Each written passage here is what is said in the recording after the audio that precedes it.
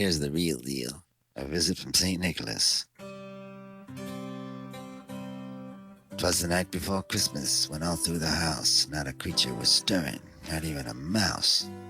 The stockings were hung by the chimney with care, in hopes that St. Nicholas soon would be there. The children were nestled all snug in their beds, while visions of sugar plums danced in their heads. And Mama in her kerchief and I in my cap had just settled our brains for a long winter's nap. When out on the lawn there arose such a clatter, I sprang from the bed to see what was the matter. Away to the window I flew like a flash, tore open the shutters and threw up the sash. The moon on the breast of the new fallen snow gave the luster of midday to objects below. When to my wandering eye should appear but a miniature sleigh and 8 tiny reindeer.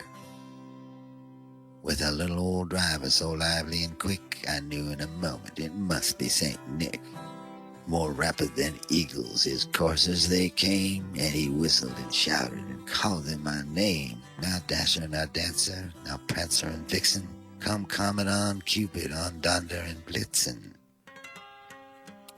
To the top of the porch, to the top of the wall, now dash away, dash away, dash away all. And dry leaves that before wild hurricane fly, when they met with an obstacle melt to the sky. So up to the housetop the coursers they flew, with a sleigh full of toys and St. Nicholas too. And then in a twinkling I heard on the roof the prancing and pawing of each little hoof. As I drew in my head and was turning around, down the chimney St. Nicholas came with a bound. He was dressed all in fur from his head to his foot, and his clothes were all tarnished with ashes and soot.